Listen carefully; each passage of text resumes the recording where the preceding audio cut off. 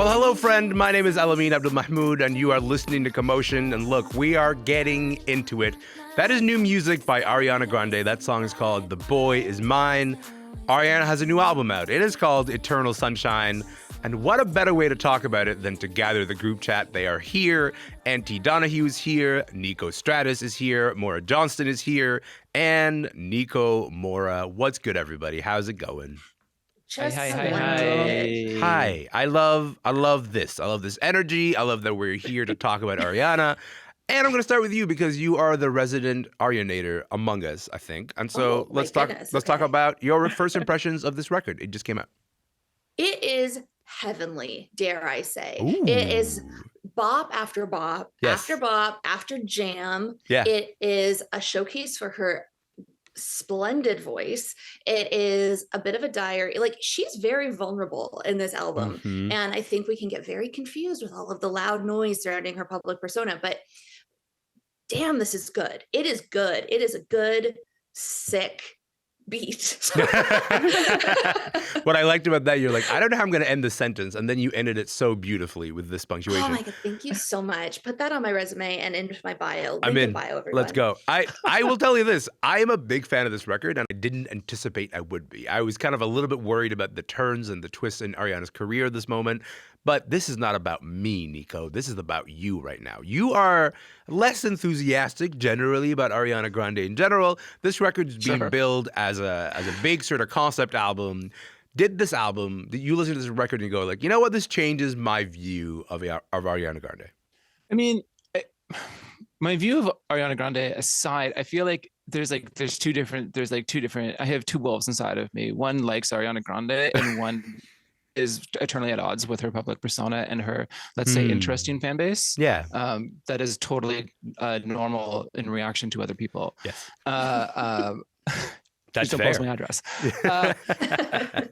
But listening to this, and it's interesting because she wanted people to listen to this record as a whole. We got that one single in January, and then the rest of it was like, you need to wait and hear the whole thing as a singular product. And I think that was a really good call. Like, listening to the whole album from start to finish, I was really taken by it. I was really like, I'm glad that this is a cohesive project. It is like Anne said, like, it is like, it moves through waves of like every moment you're like, I'm enjoying myself, but for a different reason. It's like moving through a house party and every room is fun, which never happens once in life.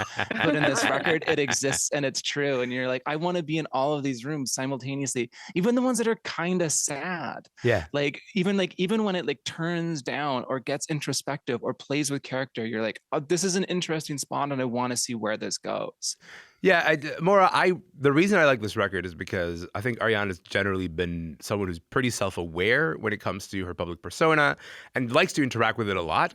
This is the first time that I felt her say, what is the space that is mine? What is the space that sort of belongs to me and doesn't actually belong to this sort of faceless throng of fans who are out there? I never used the word throng in a sentence before. I'm very excited about this. But there's something about the idea that it's not a defensive record, but it is a record that is like sort of trying to shield herself from saying like, who am I as an artist versus, what is happening out there? So when you listen to this record, what's at stake for Ariana here?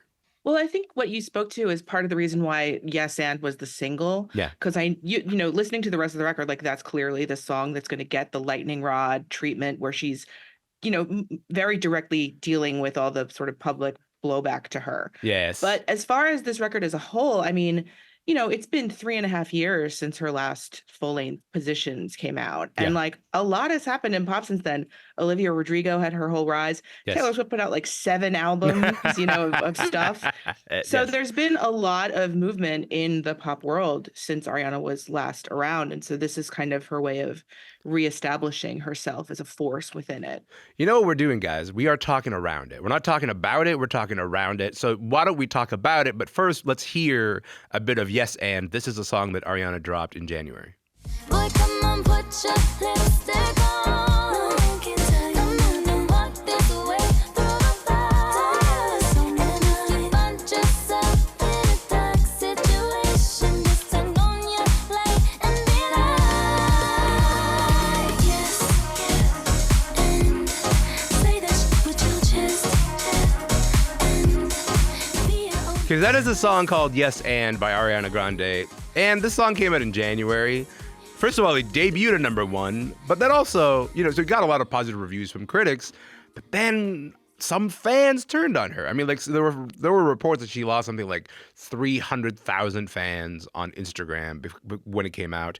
Can you just tell us a little bit of the reason why some fans might have turned on her for such a confrontational title as Yes and?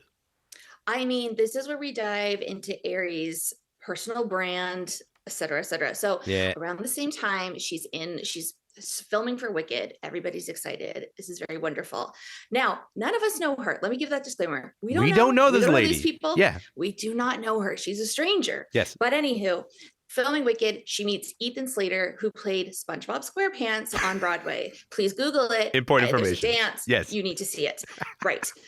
They meet. He is allegedly married with a brand new baby. Yeah. She is married as well. Yeah. Those marriages end.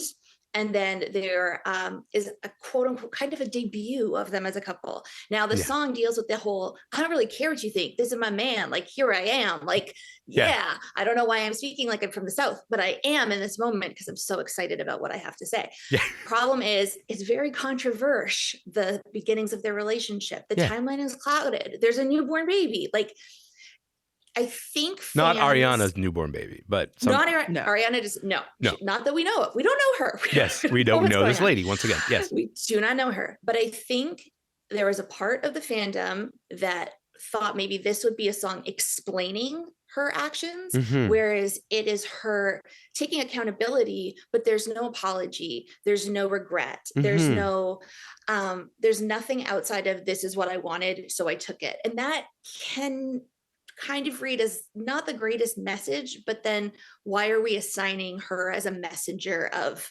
all grand schemes? I mean, we don't really assign the same kind of responsibility to a lot of like male artists, do we?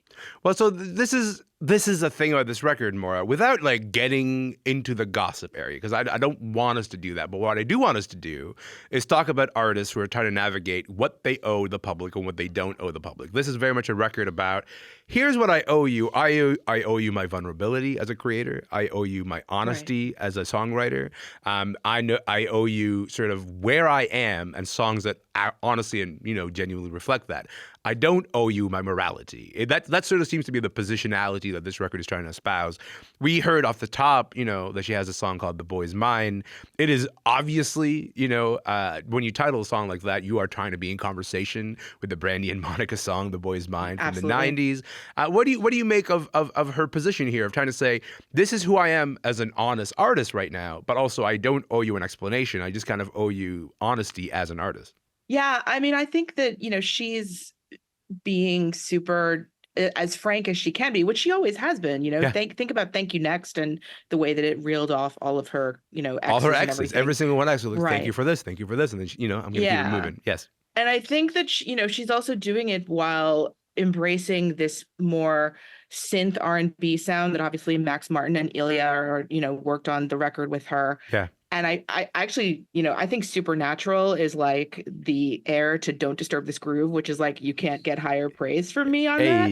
Yes. So I think that like, she's just trying to kind of, say what she can without giving her whole self away. Niko, the idea of an artist trying to say what she can without giving herself away is not what we expect from our songwriters right now. I think there is sort of a demand to be confessional at a level that is like kind of moralistic and kind of like, hey, I submit myself to your judgment. What do you make of the way that she's addressed her personal life in these songs? And also, is this idea of this fan backlash justified in a way, do you think? No, I mean, no, next question. No, I feel like moving on. I mean, I think it's fun to date a cast member of Saturday Night Live and then have a song called Yes And. I think that's a real long bit of fun comedy for everybody to enjoy. But also like, that fan backlash or that expectation. I mean, I do like this calling to like, I don't owe you all these things. You don't need to have like, there is this whole idea of like buying this like the authenticity that's for sale with all of like the big pop stars in the moment. There's this real identity of like this sort of forced earnestness and this like you really know a person or whatever. And I kind of like this approach of like, you don't actually know me. And I'm going to push back on the fact that you don't know me because it's intruding on my life, or it's, you know, it's making these parts of my world difficult. And I want to challenge that. And I want to draw attention to that. Yeah. And I want to do it in the context of like a summertime banger that you're going to hear when the windows are rolled down as a car's driving by. Yes. Like it's a really interesting world in which to try to have that conversation at a time when pop stars are becoming this like analog for people's lives. We have so many parasocial relationships forming with these people. So to push back in that way, even knowing like I'm going to losing a lot of fans on Instagram, even doing that, it's like, it is such an interesting approach to that sort of like fame. Yeah, that's how I read this record, and you know, and it really was a wise idea to say wait for the album. It is a concept album. It sort of ends.